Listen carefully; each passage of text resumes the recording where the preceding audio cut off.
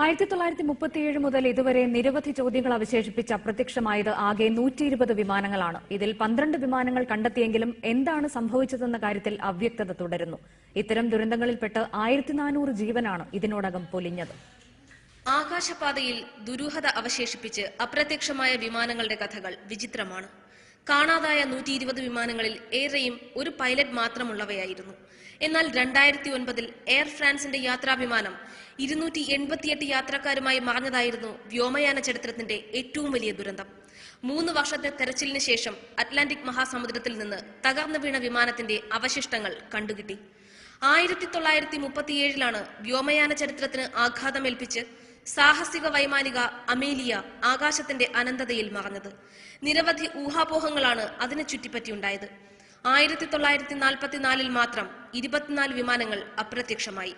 തുടർന്ന് അപസർപ്പക കഥകളെപ്പോലും വെല്ലുന്ന കണക്കുകൂട്ടലുകൾ ലോകത്തിന്റെ വിവിധ ഭാഗങ്ങളിൽ നിന്നുണ്ടായി. ഉത്തര അറ്റ്ലാന്റിക് സമുദ്ര പ്രദേശത്തുള്ള ചെകുത്താനെ ത്രികോണം അഥവാ ബർമുഡ ട്രയാങ്കിൾ ശാസ്ത്രത്തിനു മുന്നിൽ പോലും വെല്ലുവിളി ഉയർത്തി. വിമാനങ്ങളെയും കപ്പലുകളെയും വിഴുങ്ങുന്ന ചെകുത്താനായി ഇതിനെ വിലയിരുത്തി.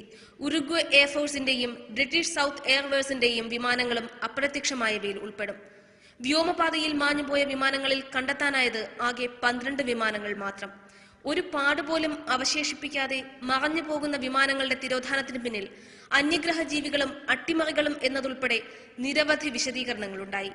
ദുരൂഹമായി മറയുന്ന ഈ വിമാനങ്ങൾക്ക് പിന്നീട് എന്ത് സംഭവിക്കുന്നു എന്നത് മാത്രം ഉത്തരമില്ലാത്ത ചോദ്യമാകുന്നു. News desk reporter.